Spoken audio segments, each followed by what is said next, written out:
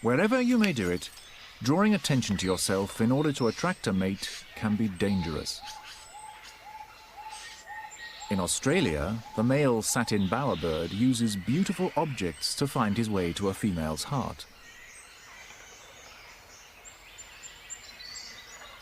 Round these parts, blue is the colour of love. The feathers and flowers set off his own plumage very nicely, but he also lays them artfully around the bower he has built. It's not a nest, it's strictly for adult romance, and he wants it flashy enough to make any passing female stop and stare. All these preparations make the male highly conspicuous, which has become a problem since humans encroached on the forests and introduced new dangers.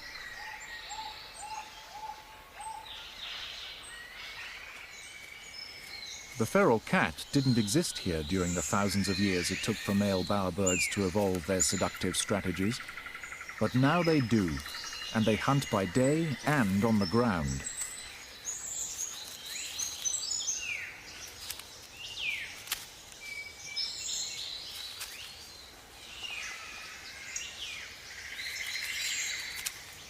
The female is impressed. She might even let him mate. Just one more bunch of feathers should swing it.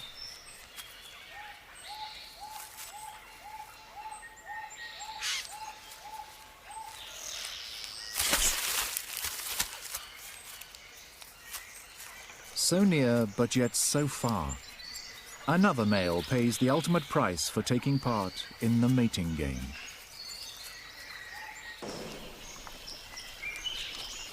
In Borneo, in the mangrove swamps, the males are at it again, busy trying to outperform their rivals and be the most attractive to the opposite sex.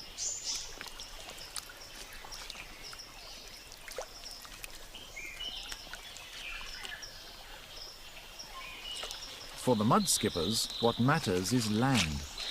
The male with the best real estate will be the male who gets the most females.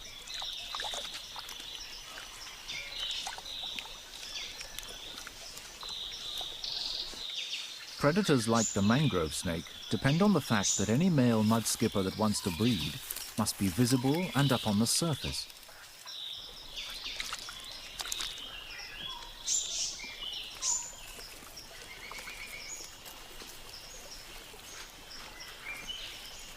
If he's going to hold on to his territory, every male must be prepared to fight off challengers.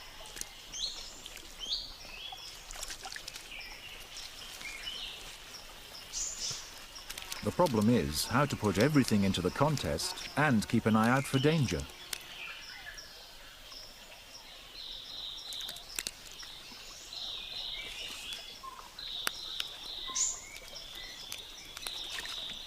This time, though, the mud skipper's all-round vision saves the day and prevents 2 more casualties in the deadly mating game.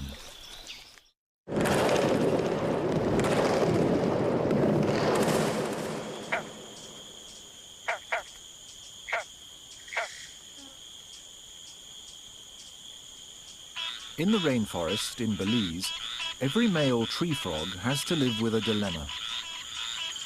To attract females, he must make sure his call gets heard, but it could catch the attention of a hungry predator, like this vine snake.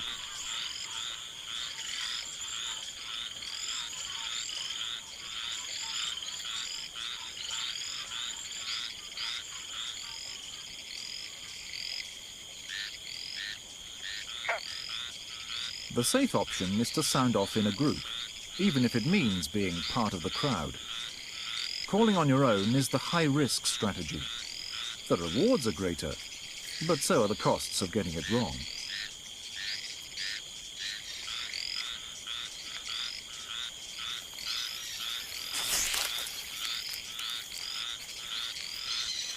And getting it wrong in the mating game means one more dead male.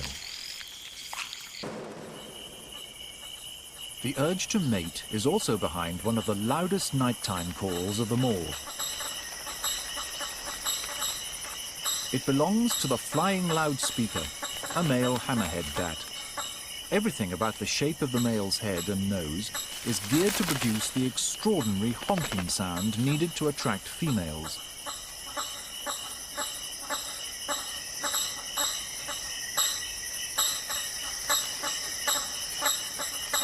The females get plenty of opportunity to eye up possible mates.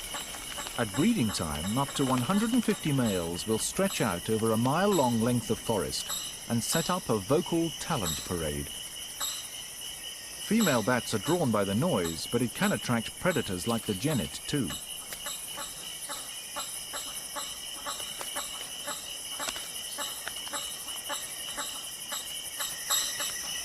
If a male senses that a female is interested, he'll mount a charm offensive. First, by upping the honking rate. Then by using his wings to waft alluring body odors towards her.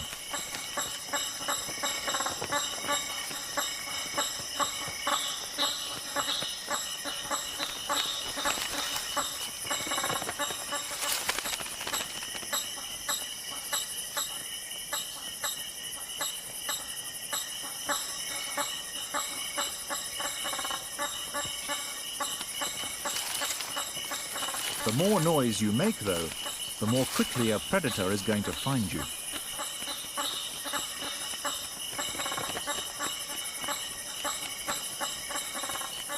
Once the genet has worked its way back to the source, the bat must choose between attracting more females and staying alive.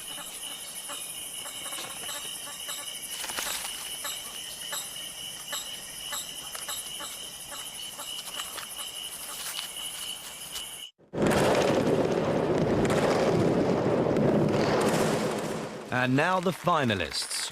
In this year's all-comers male display are, from Australia, the jumping spider. Lots of technique. And a lovely finish. From North America, the sharp-tailed grouse. Very poised, very controlled.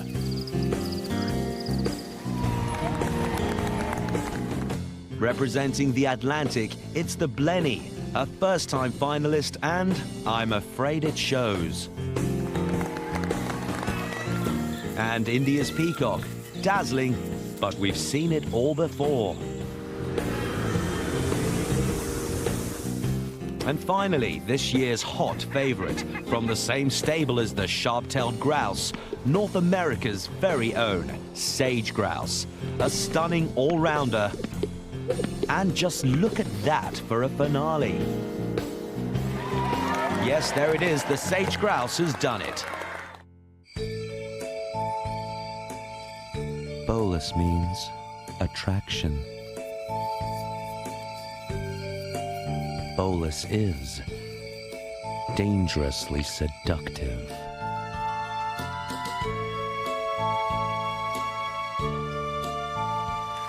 Bolus is more than just a perfume. Bolus smells just like a female moth.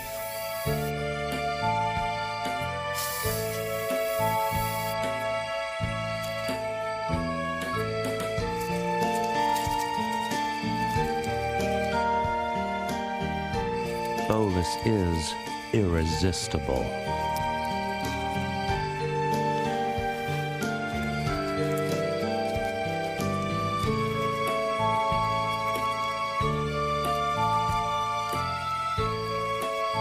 Bolus, male moths just can't help acting on it.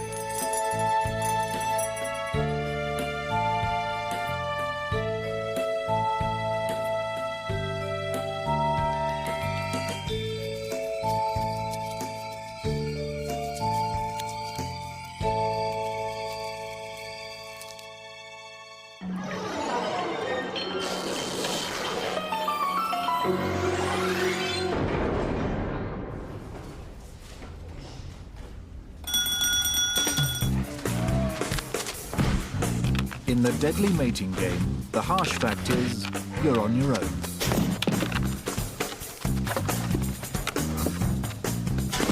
It's not just predators. but members of your own species that want to knock you out of the running.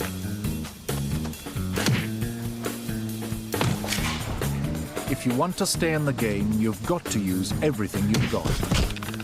Weight, footwork, power, timing.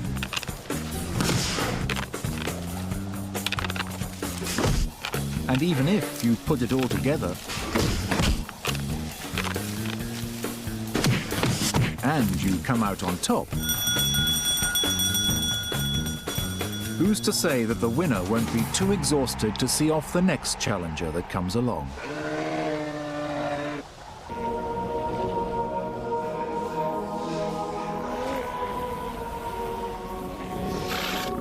When the mating game works the males into a frenzy of violence, nothing is sacred.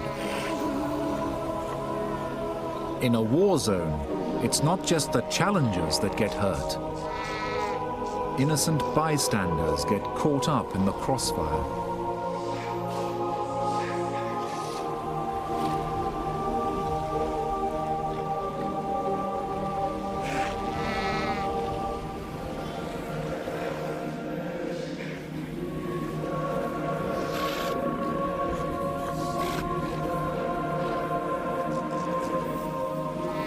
Mothers can be injured and infants crushed to death.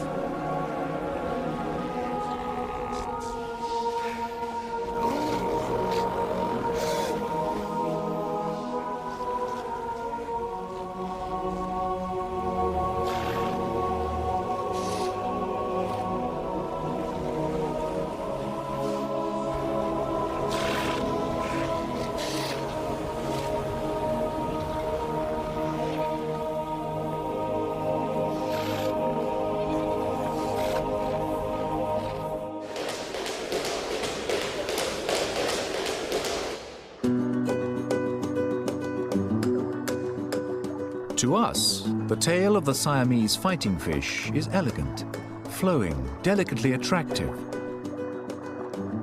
But to another male, it's like a red rag to a bull.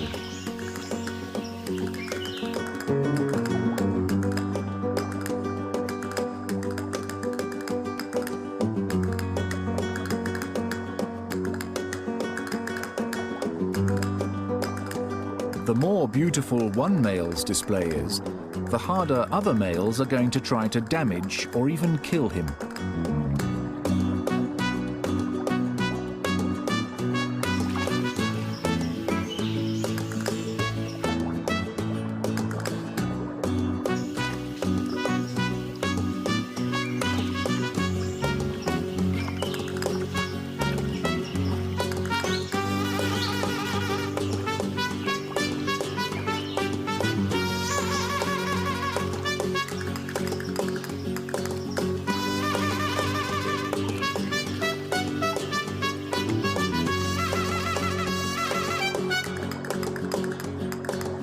In this arena, there can only be one star. The fight will decide who will perform for the females in this stretch of water.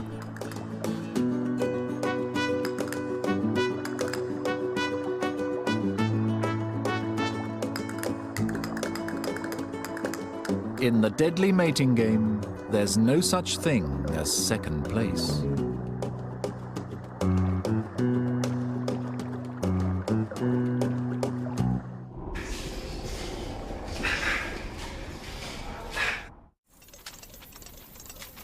Competition doesn't have to be fast or flashy.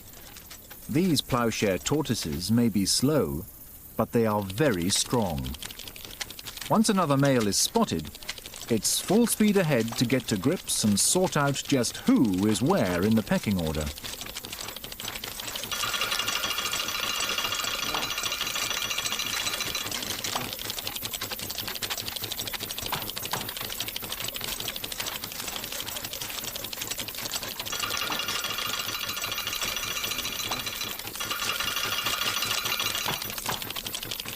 Contests for these tortoises can be lengthy affairs. There are two main goals. Either try and get your ploughshare into a nook in your opponent's armour to flip him over, or keep going round and round to avoid being flipped.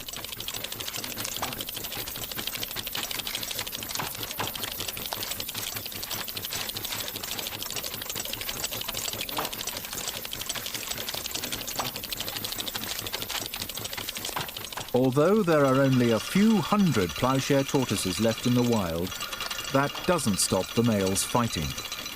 And if one tortoise does get flipped over, it can be serious. If it can't right itself, that could be one less out of a dwindling pool of ploughshare males.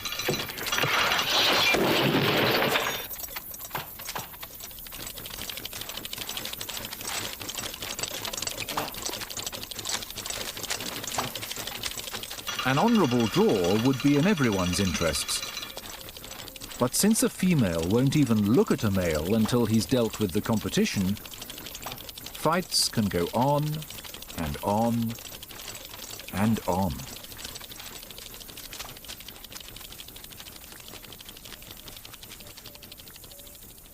Against former champion then, and they're getting straight down to it. In tonight's title bout, it's Mueller's awesome right, pitched against Hamid's lightning left.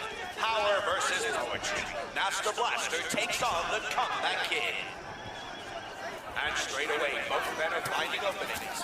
Hamid misses with the left, and Mueller stepping in with a jab right. Oh, I felt that one. Mueller knocked back a bit by Hamid there. There's Mueller's left hand going in. He's probing the other man. And he's down! Hamid's on the floor. And it was Mueller's right that did the damage. What a sensation! And Mueller's trying to finish it right here. And Hamid looks in terrible trouble. What can he pull out of the bag now? He's got to try and hang in there and not take any more of those big hits to the head.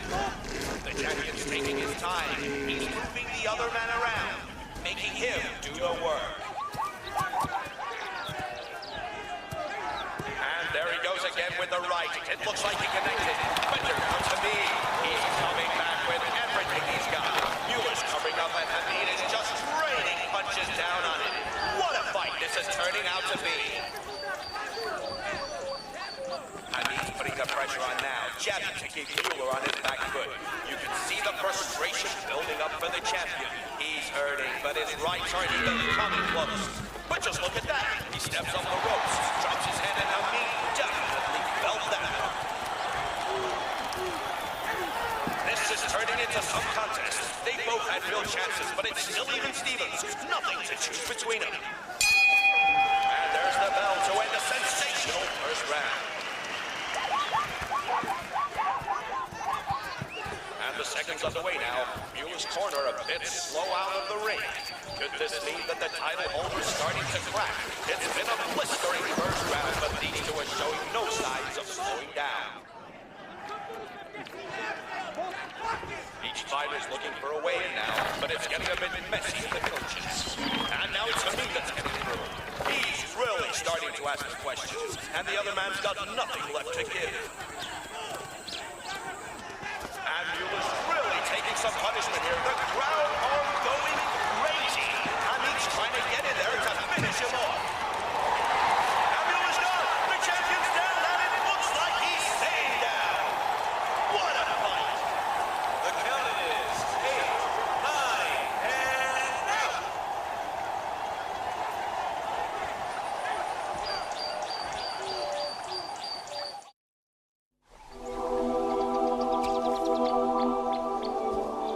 But if the spoils of victory are great, the price of failure can be devastating.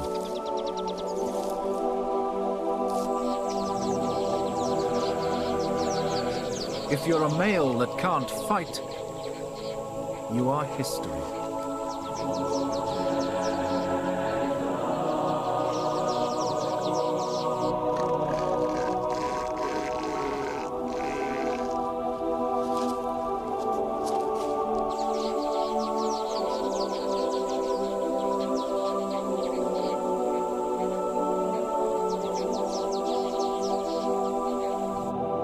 Without a part to play in the mating game, what is the point of it all?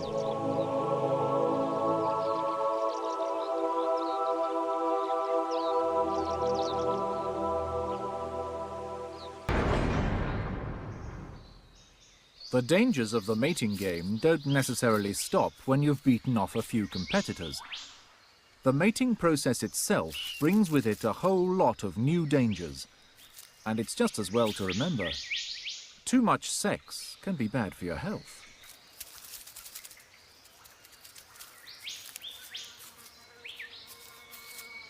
With the start of the breeding season, the male Antechinus, a marsupial mouse, finds that the urge to mate literally takes over his whole life.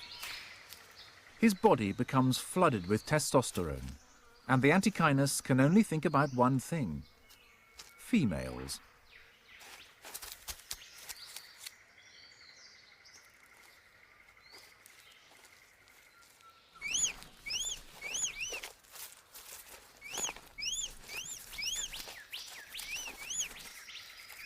Once the male gets started, he can't stop. The mouse's testes have swollen to make up a quarter of his total body weight, and they are pumping more and more testosterone into his bloodstream.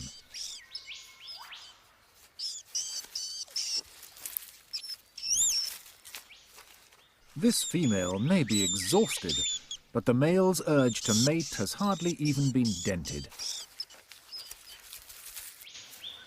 With the hormones flooding through his veins, the male is unstoppable. He has to find more females. And quickly.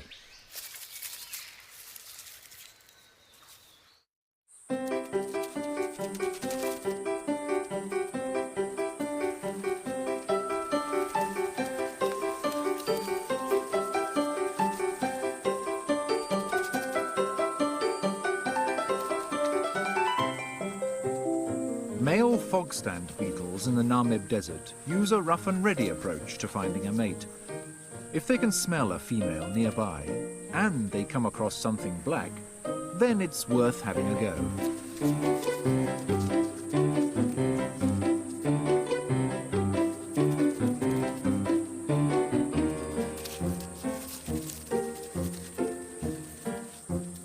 In the general mayhem, being on board something is probably better than nothing. But if there are two males between you and the female, your chances of breeding are pretty slim.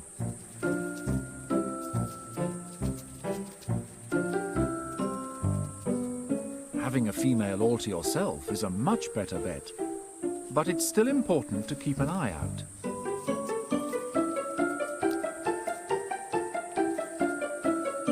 However exciting wooing a female without interruptions might be, forgetting everything else is a big mistake.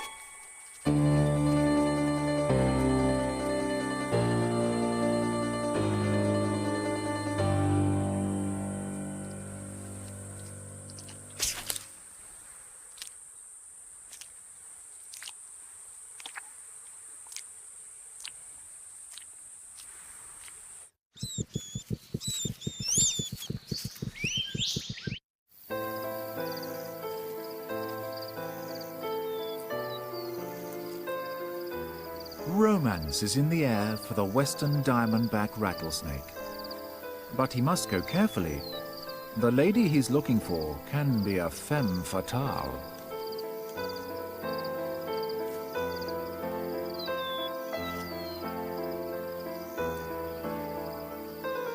The approach has to be smooth and slow.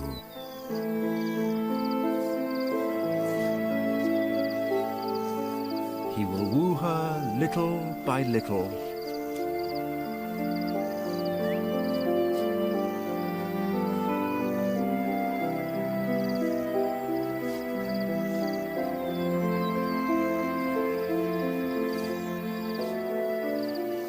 Caressing all of her, scale by perfect scale.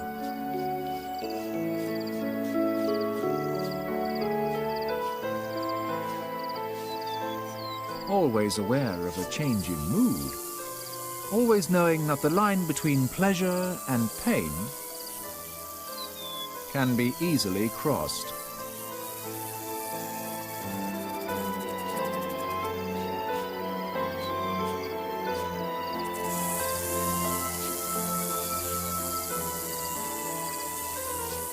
finding the right moves to bring her back and coax her towards the crescendo.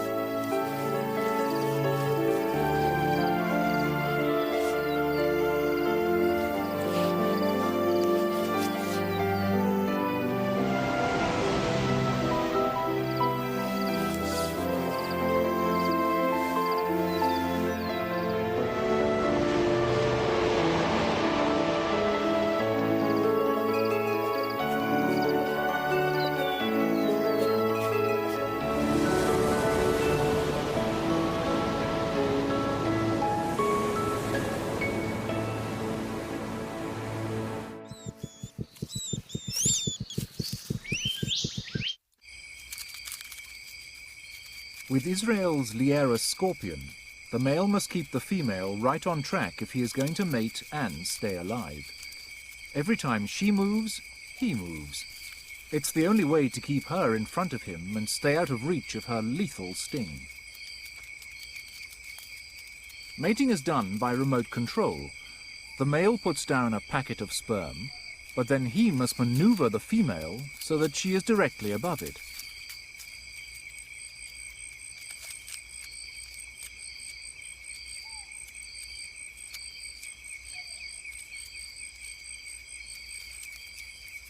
If she's a few millimeters out, it's no good, and he can't let go of her until he's got it right.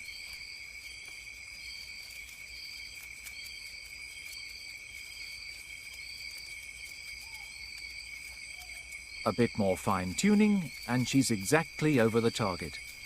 Then, while she takes up the sperm, he can make his escape.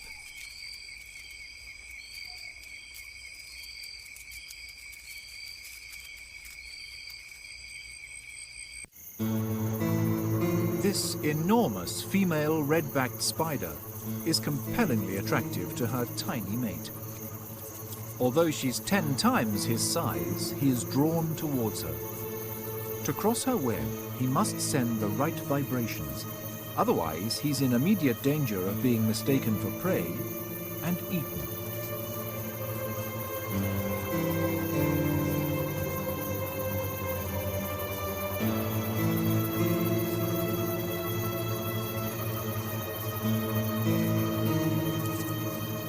Within reach of the temptress at last, he can now extend his specially adapted front legs. They're charged with sperm, but once he inserts them, they lock into place and he cannot escape. It's no consolation to the male, but at least, while he is being eaten, he can continue to fill her with his sperm, and the energy he provides will help to produce the eggs.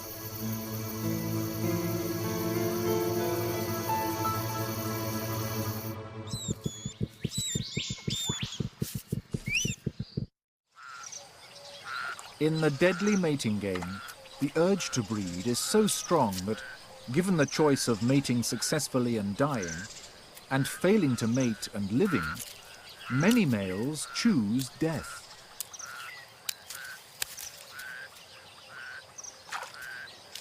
The male square-marked toad is programmed to hold on to the female come what may. Most attacks will come from other male toads. Unfortunately for him, this one is a bit more serious.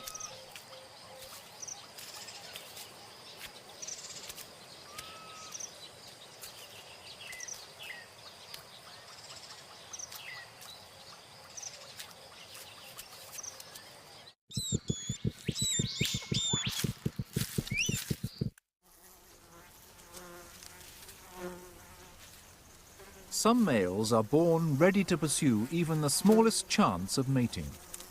As soon as male centris bees hatch, they start to hunt for the scent of the females emerging from under the ground.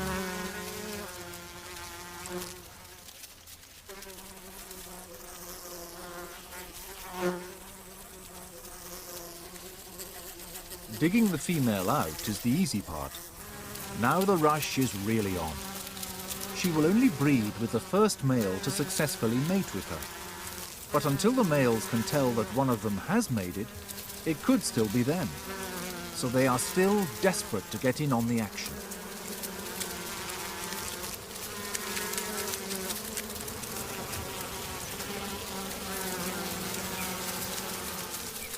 Each female that reaches the surface spurs the males into another mating frenzy. The urge to get to the female overrides everything else. Wings and antennae get trampled, and by the time all the females are out, many of the males will have pushed themselves beyond the limits of what their bodies can stand.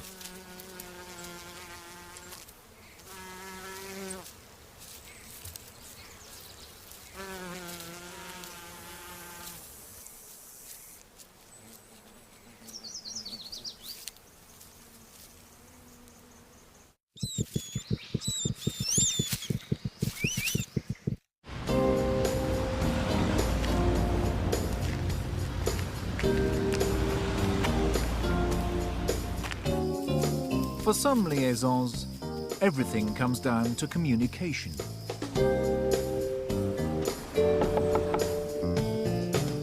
Approaching a female tarantula without making contact first would be fatal.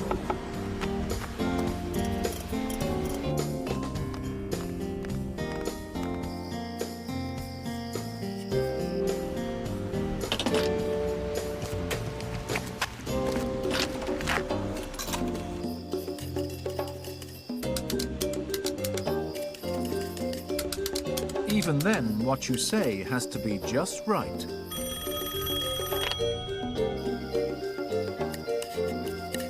She's got to be sure that you've got what it takes, and that you're her sort of guy.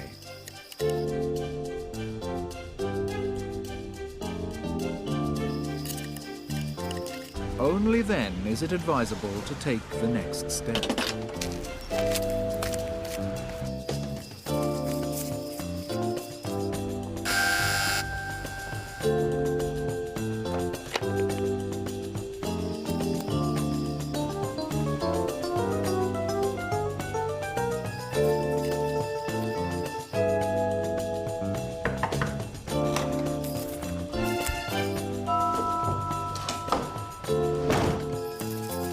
And safely take part in the mating game.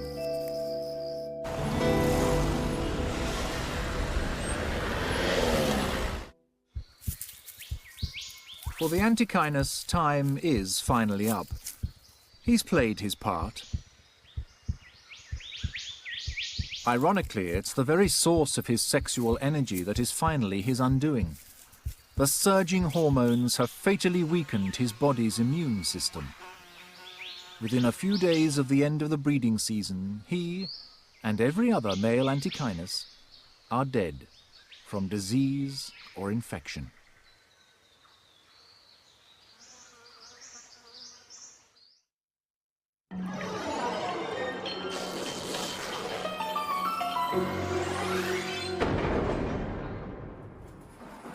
Mating is part of a whole unstoppable process.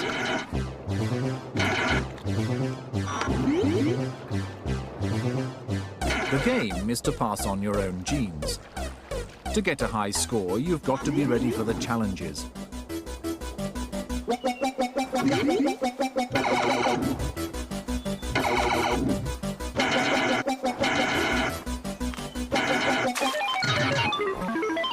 Too slow off the mark, and it's game over for any of these sockeye salmon. Even if they survive the bald eagles, they've still got to get past the brown bears to get to the next level.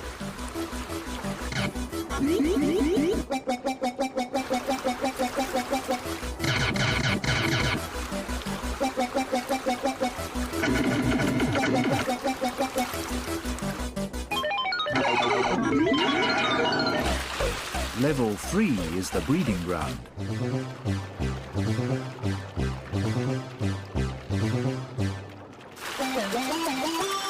The game ends where it began. This is where the sockeye salmon were born. They've used up all their energy, and with the spawning done, all the males and all the females die.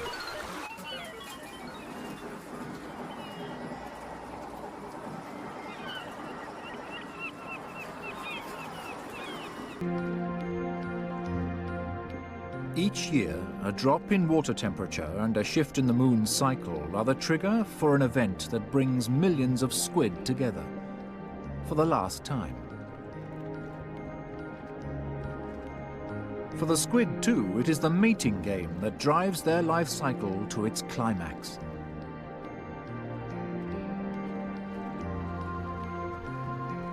The vast shoal is the momentary meeting place for adult squid and the next lot of young. Males cling to the females to pass across their sperm and begin the transfer of life.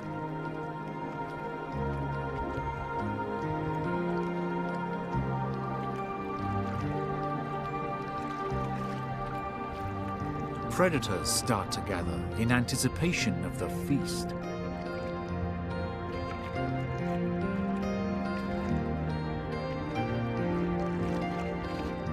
The female squid must hurry to complete the cycle and get their eggs out onto the sea floor.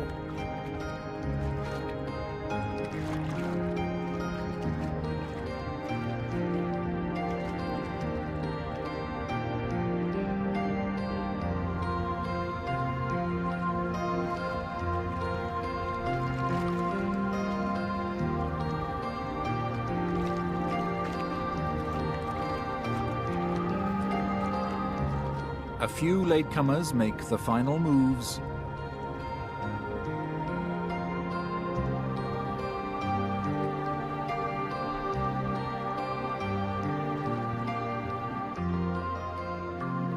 And then it's over. Life has passed across, and the lifeless husks that were the adults wave in the current alongside the living banks of eggs.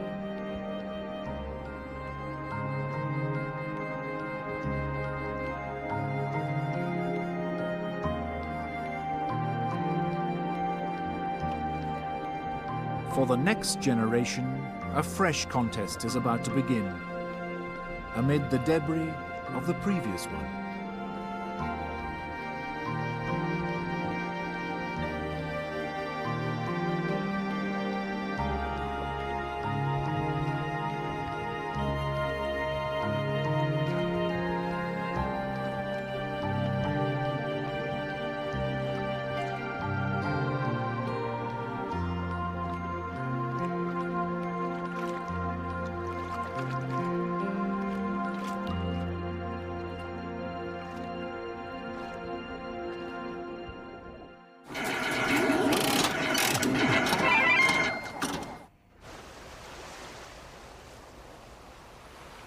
One of the world's oldest forms of life, the horseshoe crab normally lives out of sight, down in the ocean depths. But over 3 days, when the moon is right and the tide is high, hundreds of thousands of them make the journey up to the shore to breed.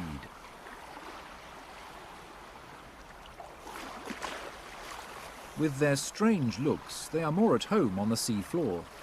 But these crabs have been coming onto the beaches of America's North Atlantic coast for hundreds of millions of years, from the time when there were no predators here and the shoreline was the safest place to lay eggs.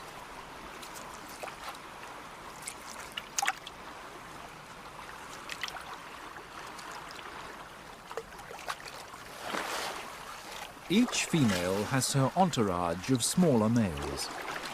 They're all clinging on, waiting for the chance to release their sperm when the female half buries her eggs in the sand at the water's edge.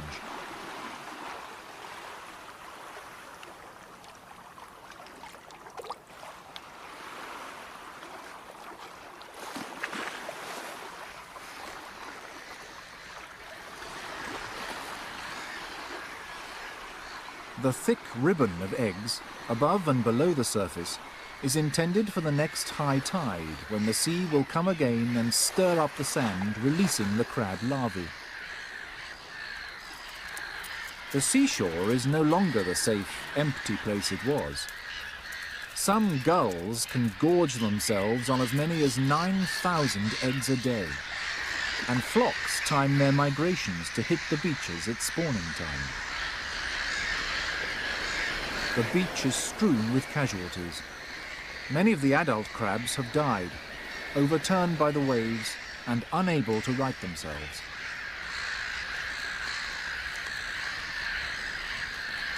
But sheer numbers guarantee that enough eggs will make it. ready in time to take their turn in the mating game.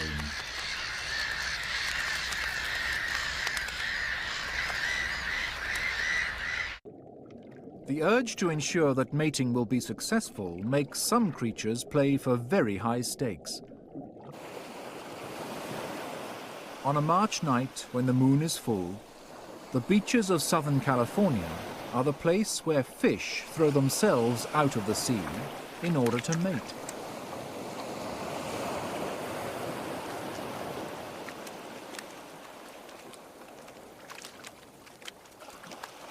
The fish are grunions, and like the horseshoe crabs, they prefer to lay and fertilize their eggs on shore at high tide. The females try and bury themselves in the sand to lay their eggs, while the males curve round them, depositing their sperm. For males and females, it's a gamble. The sand at the water's edge is where they've chosen to breed, but if they are out of the water for any length of time, they will die of suffocation.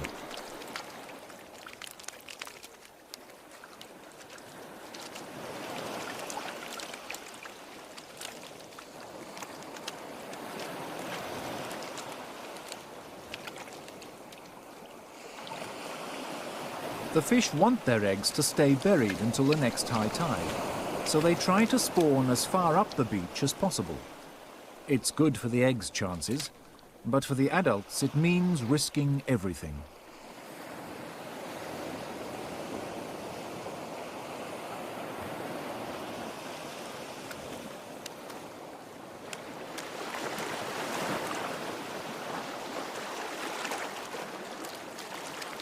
Once the tide has turned, the chances of getting in and out get slimmer and slimmer for each new lot of arrivals.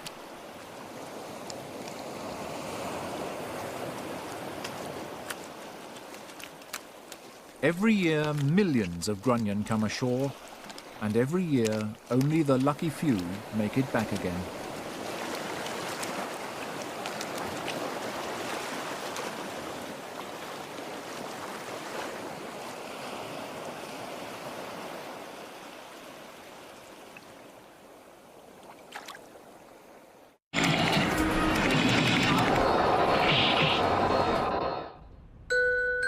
A baby's hunger can be hard to satisfy. The mother is fattening herself up. Soon it will be time for the children to eat. She must be ready. Ready to be eaten.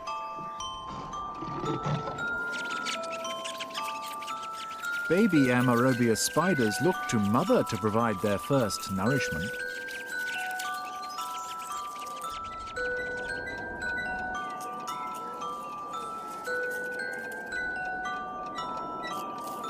The hatchlings will digest their own parent, using her to fuel the next stage of life.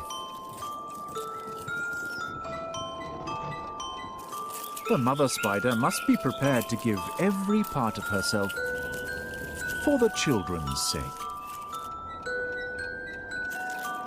It's gruesome, but it's necessary if the young are to have their chance in the deadly mating game.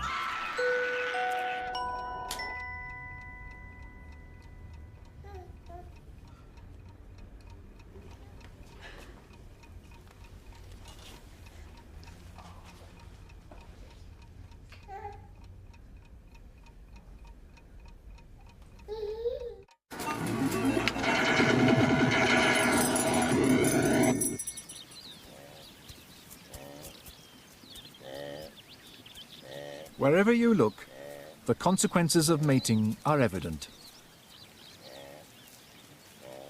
And so are the potential costs. Predators gather when it's time for the wildebeest to give birth.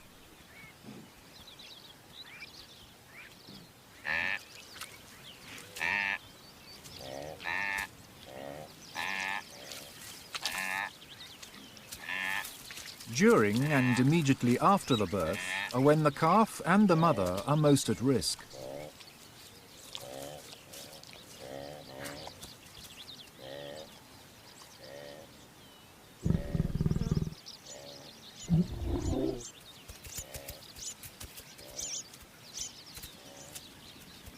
The calf is up and moving. But predators like these African wild dogs are looking for the scent of newborns. They know that very young calves cannot run with the herd.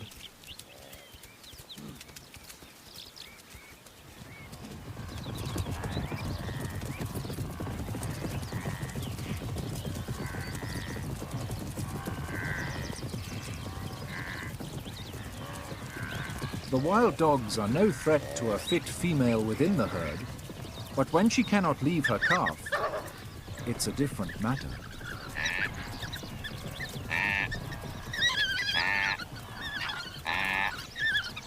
The instinct to try and save her offspring is as basic as that which created it in the first place.